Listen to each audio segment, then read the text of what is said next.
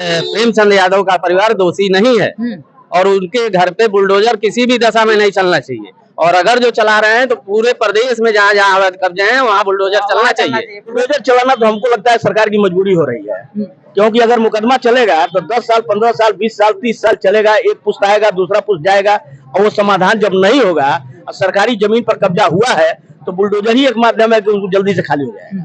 इसलिए बुलडोजर चलाना कोई गलत नहीं है। तानाशाही चल रही है एकदम। प्रशासन का जो है फायदा लेते हुए जो निरपराध हैं उन लोगों को मुलजिम बनाया जा रहा है, उनको जेल भेजा जा रहा है।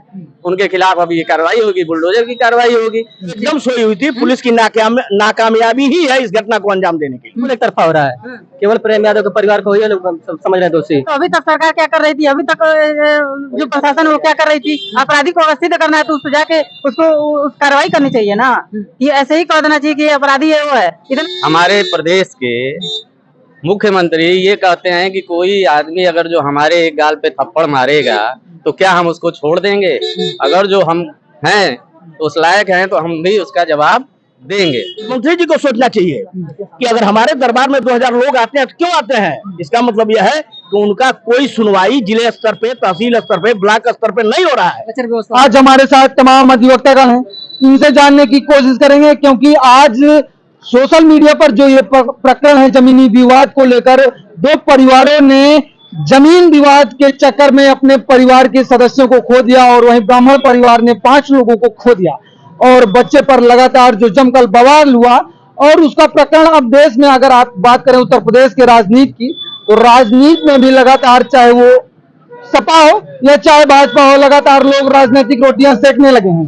तमाम अधिवक्तागण हैं, आखिरकार इनसे जानने की कोशिश करेंगे कि ये जो पूरा प्रकरण है इसको कैसे देखते हैं, क्योंकि कुछ लोग अब बुलडोजर की मांग कर रहे हैं कि जो अपराधी यादव हैं उनके घर पर बुलडोजर चलना चाहिए। तमाम अधिवक्तागण हैं, आखिरकार इनसे जानने का प्रयास करेंगे।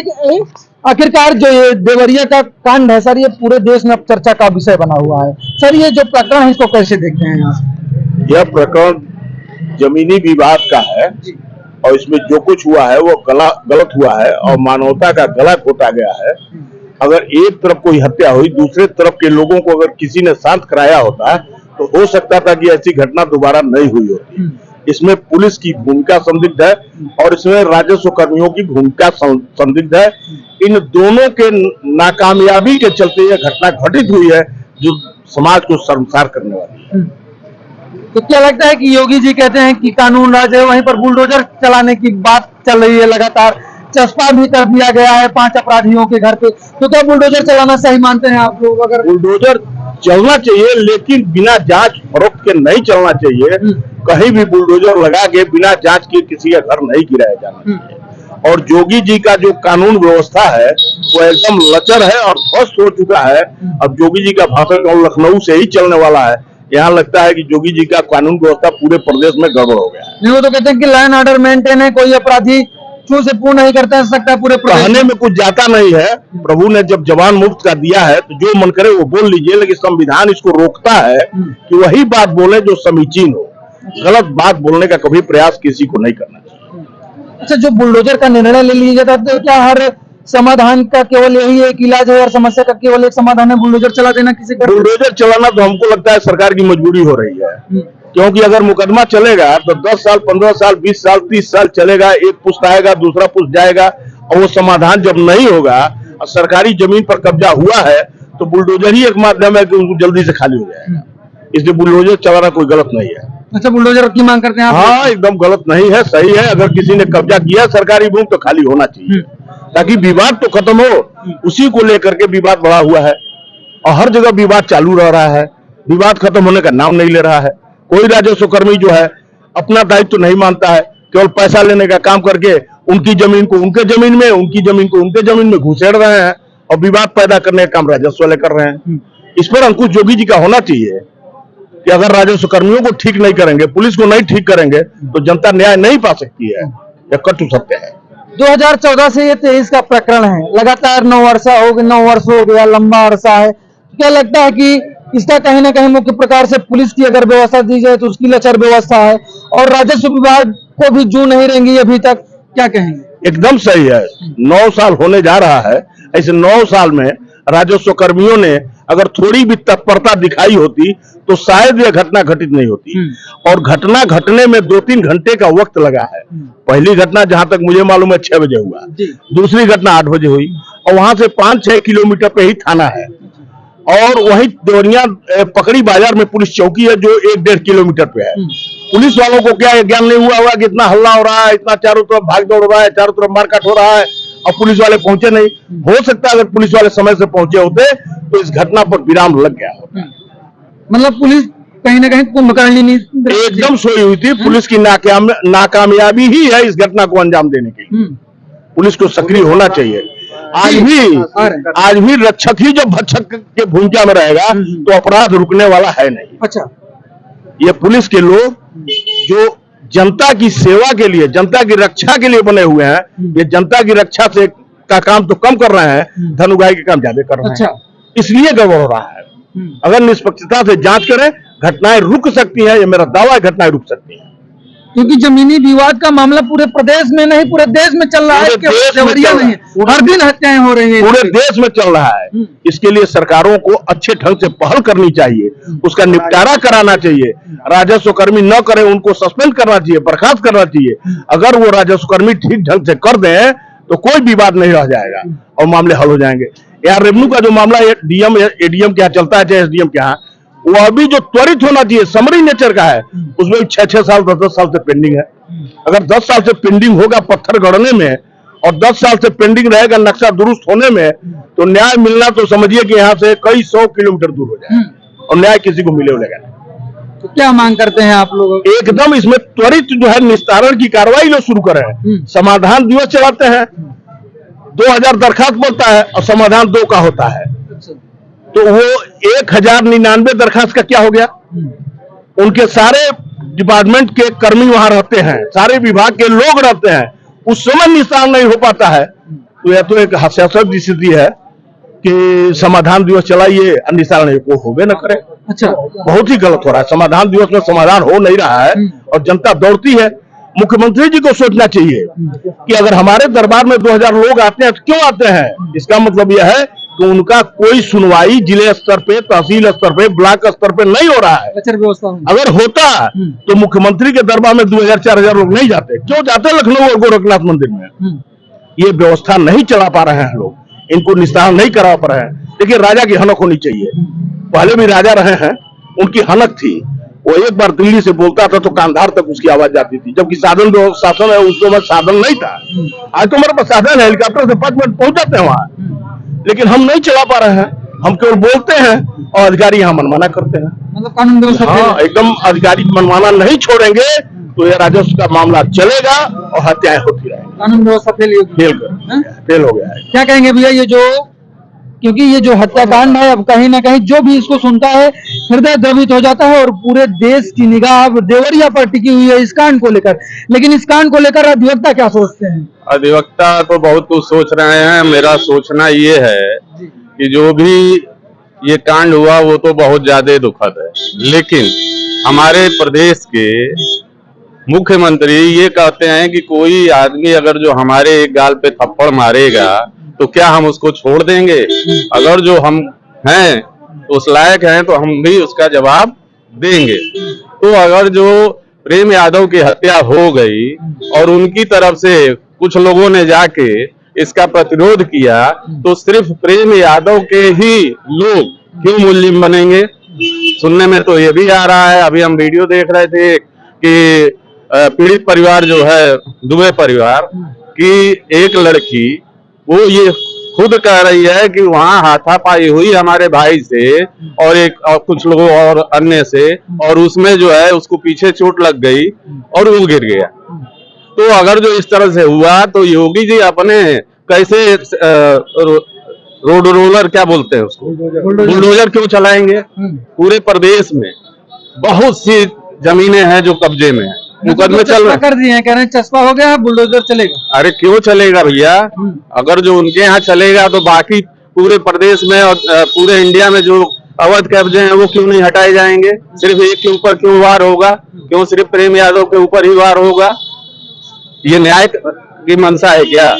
करीब गरीब परिवार है, ब्राह्मण का, उसको 5-5 लोगों की बच्चों को भी नहीं छोड़े वो लोग। अब तो यही तो मैं कह रहा हूँ कि योगी जी खुद कह रहे हैं कि कोई एक झापड़ मारेगा तो क्या करेगा अगला। तो अगर जो अगले ने जवाब दे दिया तो प्रेम यादव का परिवार कैसे गलत हो गया और क्यों उसका जो है घर ढहाया जाएगा। ये तो गलत हो रहा है, ये नाइंसाफी है और इस तरह की नाइंसाफी नहीं होनी चाहिए। दोषी कौन है मुख्य रूप से इसमें, क्या मुख्य रूप से दोषी कौन है इस अभी ये तो जांच का विषय है।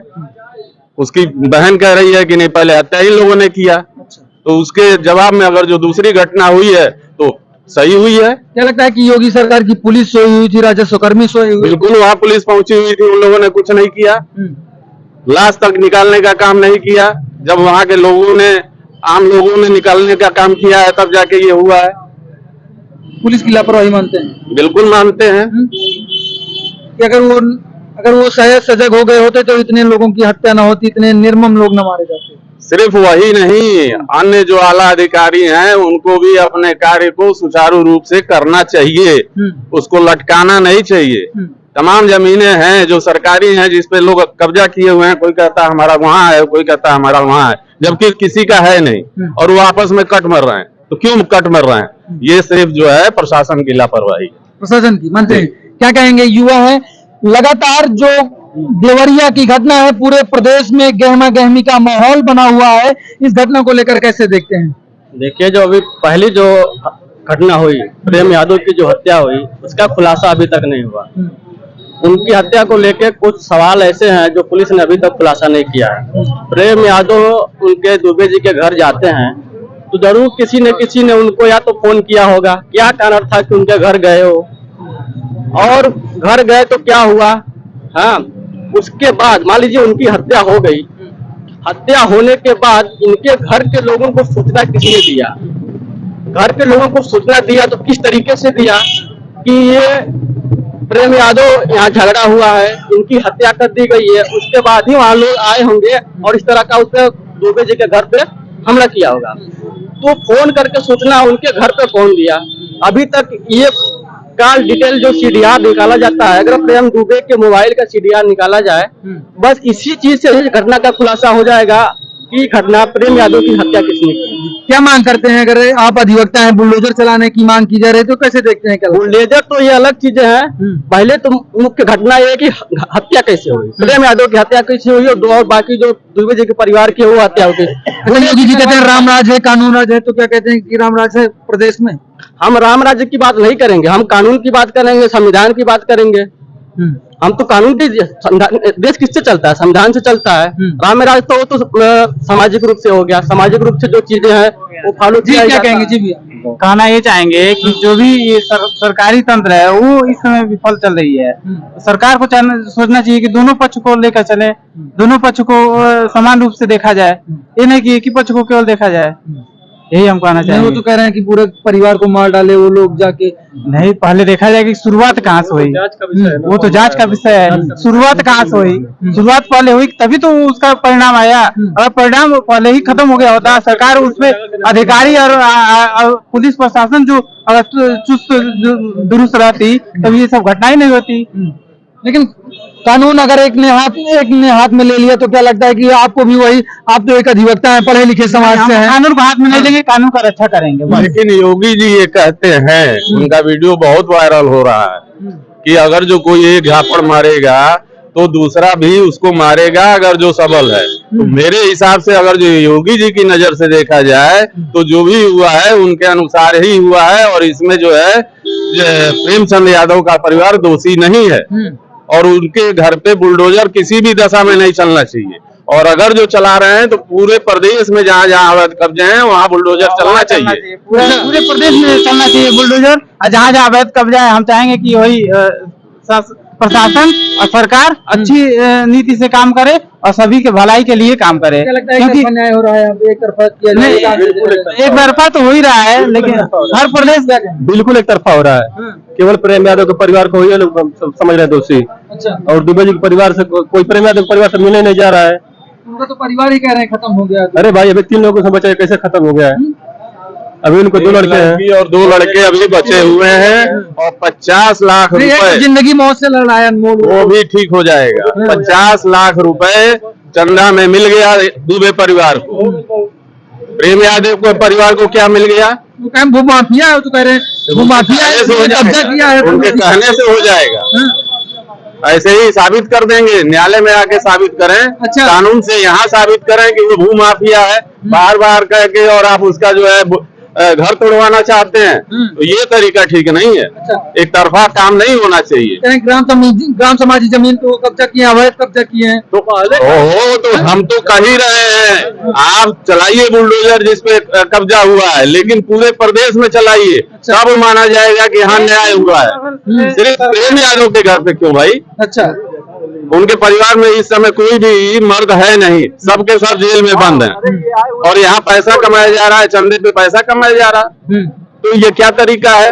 आप जाते हैं दुबे के परिवार के लड़के से मिलने मुख्यमंत्री, और प्रेम यादव के यहाँ नहीं आते हैं, तो ये क्या है? ये दो तरफा सोच है कि नहीं है? वो तो अपराधी कह रहे हैं ना, इसलिए उनके कह देने से वो अपराधी हो गए।